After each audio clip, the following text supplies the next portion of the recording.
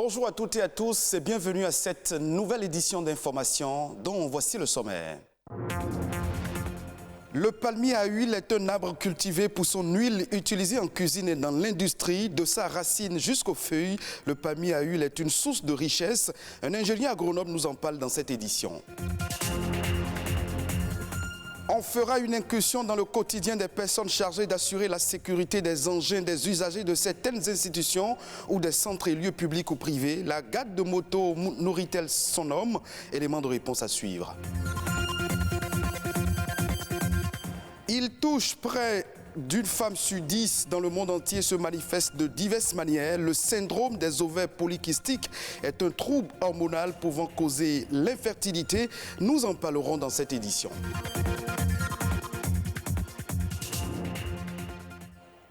Le palmier à huile béninois va bientôt fleurir à nouveau pour le développement de cette filière au Bénin.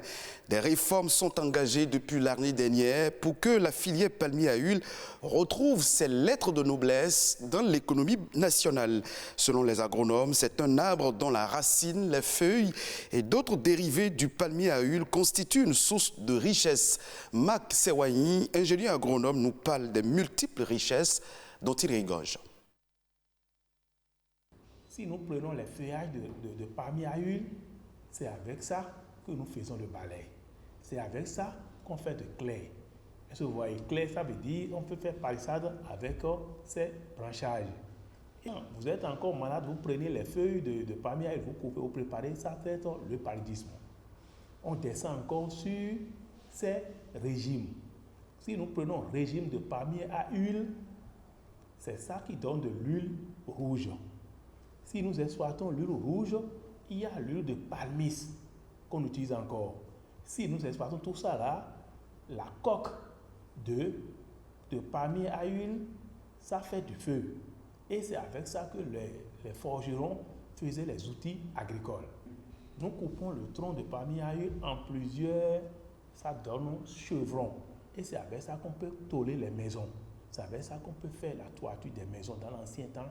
Maintenant, si nous prenons ces racines de palmier à huile, si vous avez un peu de problème au niveau de vos dents, vous chauffez, vous faites bain de bouche là, ça traite mot de dents. Si on laisse tout ça là maintenant, on prend son vin. Le vin de palmier, c'est une bonne boisson.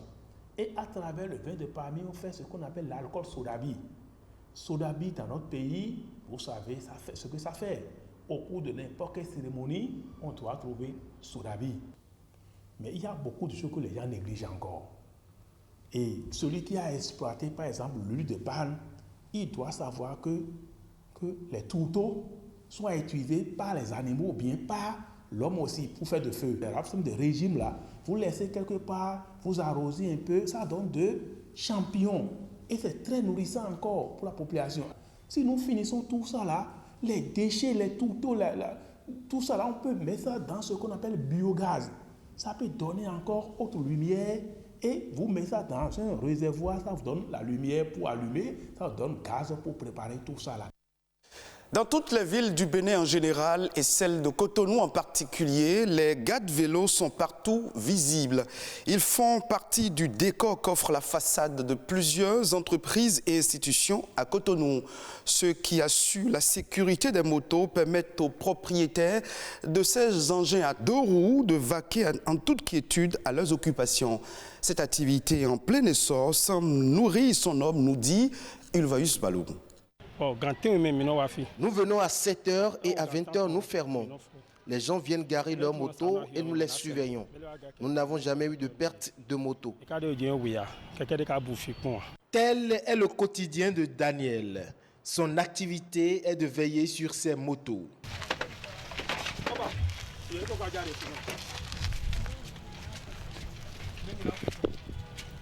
À Cotonou et dans quelques villes du Bénin, il n'est pas rare de voir des espaces aménagés pour accueillir et assurer la sécurité des motos.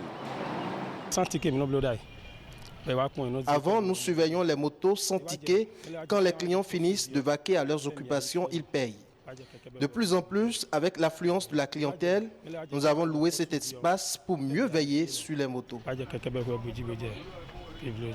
250 à 300 motos, parfois plus, le nombre chaque fois grandissant de motos à ces postes de garde vélo augmente le chiffre d'affaires des promoteurs. Cette activité permet aux jeunes qui s'y investissent de subvenir à leurs besoins. Cette activité est très rentable. C'est une bonne activité. Tu payes 100 francs toutes les fois que tu nous confies ta moto de jour comme de nuit. C'est par cette activité que nous payons le loyer, l'emplacement pour le garde-vélo. Nous assumons les besoins de notre famille. C'est un métier qui est un peu difficile, mais c'est bon. Ça nourrit l'homme en question. Bien que cette activité génère de bons revenus aux acteurs de ce domaine, ils font également face à des difficultés. Cette activité est très difficile. Quand tu assures la garde d'une moto, la crainte de la perdre est permanente. Voyez mes paumes de main. Elles sont sèches. Pire, les béquilles des motos nous déchirent les pieds. C'est pénible.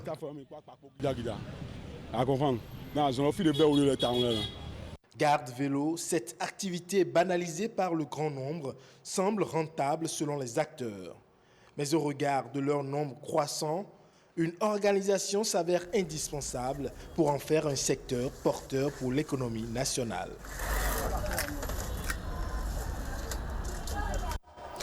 Parlons à présent santé, mais précisément du syndrome des ovaires polykystiques, encore appelé dystrophie ovarienne. Cette pathologie touche près d'une femme sur 10 dans le monde entier. Ce trouble hormonal dont les femmes en souffrent de plus en plus est l'une des causes d'infertilité chez la femme. Zaïd Olatunji, gynécologue obstétricien, en parle dans ce reportage signé Amandine Aliambosso. Pathologie endocrinienne la plus fréquente chez la femme, le syndrome des ovaires polykystiques touche les femmes de 15 à 40 ans et il constitue la principale cause des troubles de la fertilité. Le syndrome des ovaires micropolykystiques est un dysfonctionnement hormonal qui intéresse tout l'organisme et qui peut avoir des manifestations sur le plan gynécologique, essentiellement déjà des règles qui vont être irrégulières et une élévation du taux de testostérone, des hormones mâles, en fait d'androgènes dans l'organisme, et l'apparition à l'échographie sur des ovaires de petits sacs liquidiens qu'on appelle des microkystes en nombre important. L'origine du syndrome des ovaires polykystiques n'est pas encore bien connue, mais les symptômes varient d'une femme à une autre. Ce qui va amener les femmes en consultation le plus souvent, ce sont des règles irrégulières et souvent une difficulté à tomber enceinte. Pourquoi les règles vont être irrégulières? C'est parce qu'en fait, il n'y aura pas d'ovulation. Et quand il n'y a pas d'ovulation, il n'y a pas de corps jaune. Le corps jaune sécrète une hormone qu'on appelle la progestérone. Et c'est la chute du taux de progestérone qui déclenche l'apparition des règles. Vu qu'il n'y a pas eu d'ovulation, on n'aura pas de taux de progestérone élevé. Donc les règles ne vont pas venir à temps, elles vont venir très tard, selon la profondeur du déséquilibre. 35 jours pour certaines, 40, 2 mois, 3 mois, peut-être 6 mois pour d'autres. Donc, c'est ce qui fait qu'on a ces règles en fait qui sont irrégulières. On sait que le surpoids a tendance à être aussi responsable. Le syndrome des ovaires polykystiques persiste toute la vie. Heureusement, des traitements existent pour accompagner les désirs de grossesse. S'il y a un désir de grossesse, ce qu'il faut comprendre, c'est que déjà la maladie des ovaires micropolykystiques, elle va entraîner des règles irrégulières, mais surtout des troubles de l'ovulation. C'est des femmes qui vont voir leurs règles, mais qui ne vont pas forcément ovuler ou qui vont ovuler une fois sur 3 ou une fois sur 4. Donc une difficulté à tomber enceinte. Par rapport à ça, aujourd'hui, on a des médicaments, des molécules qui permettent de stimuler l'ovulation. Et en général, ça marche assez bien, à part quelques-unes qui vont peut-être devoir aller jusqu'à la fécondation in vitro. En dehors du désir de grossesse, on n'arriverait pas vraiment à traiter la maladie vu qu'on ne maîtrise pas sa cause. Ce qu'on va pouvoir faire, c'est de mettre des traitements hormonaux pour pouvoir régulariser les règles. Mais en général, dès qu'on les arrête des mois après, le déséquilibre se réinstalle. Il est également prouvé qu'un amaigrissement d'au moins 5% améliore les symptômes et favorise le rétablissement d'une ovulation.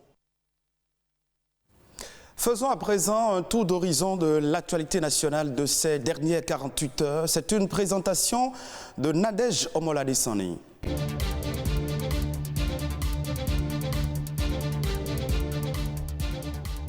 Une nouvelle loi vient d'être votée au Bénin. Elle concerne la biosécurité. Le vote de cette loi vise à garantir un niveau adéquat de protection dans le domaine du transfert, de la manipulation et de l'utilisation des organismes génétiquement modifiés issus de la biotechnologie moderne. Les OGM peuvent avoir des effets néfastes sur l'environnement et la santé humaine. Avec le vote de cette loi, le Bénin se hisse au rang des pays qui respectent le protocole de Cartagena, ratifié le 2 mars 2005.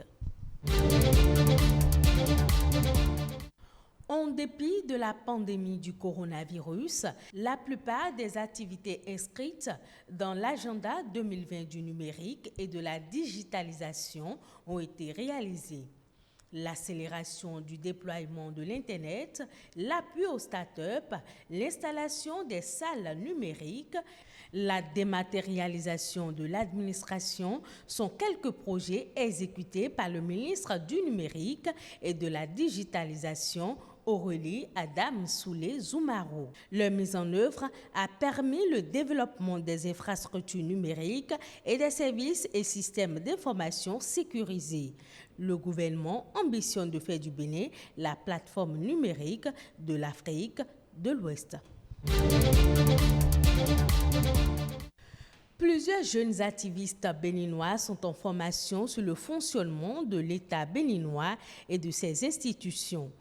Dénommée Atelier Démocratie, cette formation a pour but d'apprendre à utiliser les outils et l'équipement de l'atelier, les droits et les responsabilités en vertu des lois et de la Constitution du Bénin pour apporter des changements positifs dans les communautés de manière pacifique.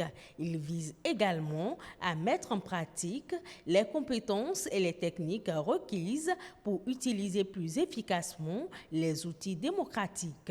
Le projet a été initié par l'ambassade des États-Unis.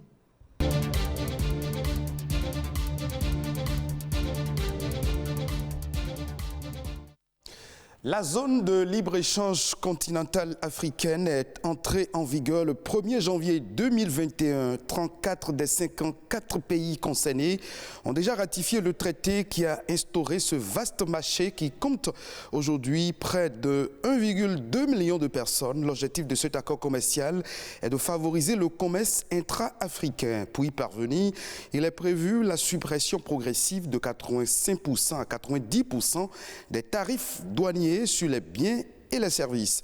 Ce grand marché qui rassemble 54 pays va beaucoup aider les pays ayant déjà développé un appareil productif diversifié dans le commerce intra-africain. Ce sera tout pour cette édition d'information. Merci de votre fidélité. Retrouvez cette édition en replay sur le site de l'ORTB, www.ortb.bj.